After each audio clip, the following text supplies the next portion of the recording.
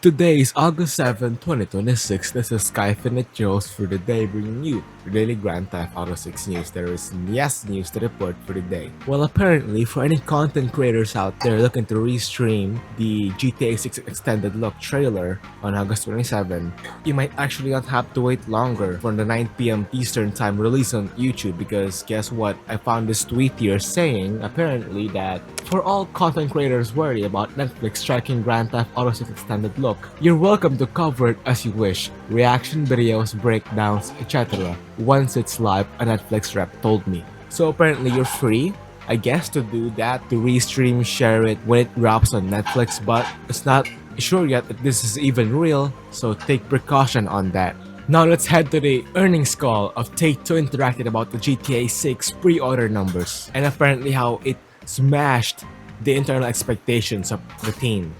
As you can imagine, the buy side is doing everything they can to sort of monitor these pre-orders to gauge sort of demand for GTA. I don't know if there's anything you could share from a historical perspective as experts on, sort of ranges or how people should sort of think about pre-orders in terms of, what bookings ultimately are for a Double title. down. I think it would be helpful just because there's some risk that the buy. I mean, I've just gotten some crazy emails from buy-siders and how big they think GTA should be. So any sort of ring fencing or dimensionalization.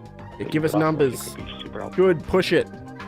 I like that. Ring fencing of dimensionalization. The answer is I don't know, and I'm not going to tell you.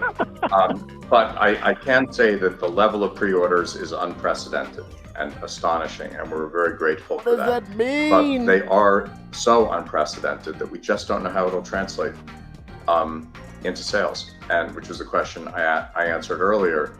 We genuinely don't know, and we just don't believe in claiming victory before it occurs. Long time. How do you think about the incrementality of pre-order units as they flow in?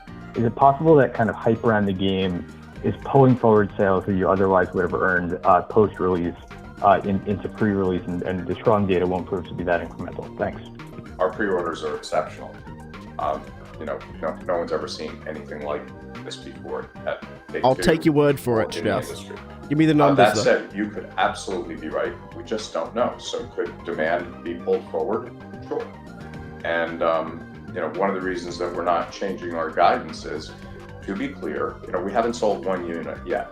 You can cancel a pre-order. So we around here, we're sort of allergic to victory laps. But one thing we certainly don't do is take a victory lap before we run the event. So the news is great so far. We're incredibly excited. We couldn't be more excited than we are, and yet we are, realistic and at best cautiously optimistic. And we're going to leave it at that until the thing occurs. The reason why Take-Two won't even show or even tell the pre-order numbers of GTA 6, it is because GTA 5 had sold 230 million copies in over 13 years, and Rockstar doesn't want to oversell the GTA 6 performance because maybe some pre-orders pull out, We also got some comments from Strauss as to why they partnered with Netflix to release the extended look on Netflix 6 hours early than YouTube. More color on the thinking that went into the decision to go with Netflix for the timed exclusivity rather than just the traditional route of releasing it on a free platform like YouTube or through Rockstar. This guy gets it. This is a first of its kind partnership with Netflix. They're a great marketing partner for us and distribution partner, as you know. We also work with virtually every social media outlet on Earth. This is part of Rockstar Games' marketing strategy. We're excited for everyone to see an extended look of Grand Theft Auto 6. I'm not prepared to tell you how it's going to go, but I feel really good about it.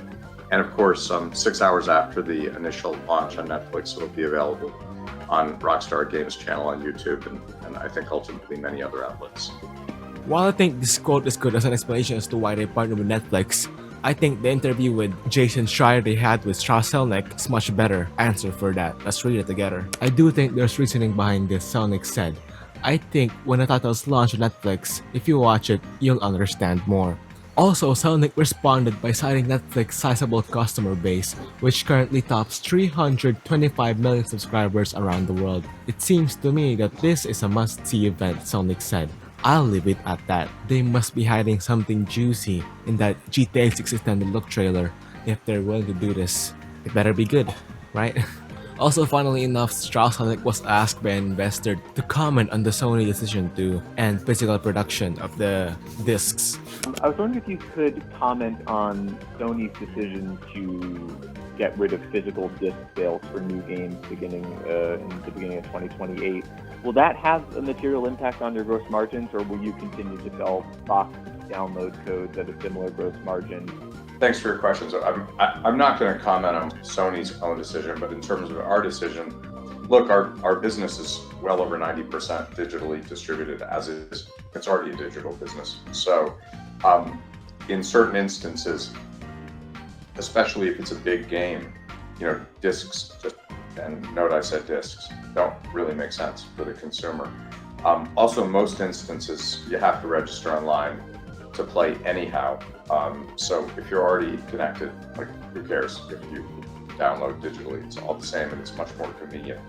They'll be mad at you for So that, Strauss. that's where the world is going, in our opinion, and I think Sony understands that. We certainly understand that. It doesn't mean that we won't have physical editions now and then. I'm sure we will, in the same way that there's still vinyl in the recorded music business, but in other instances it just won't make sense. While I do think it makes sense for Take-Two's business decision to cut off physical discs, because as they said, 90% of the sales are already digital while 10% are only physical discs, so it does kind of make sense objectively looking at the facts, but it does kind of signify something that, gamers are losing ownership, something physical, to something that they can be taken away from in their hands.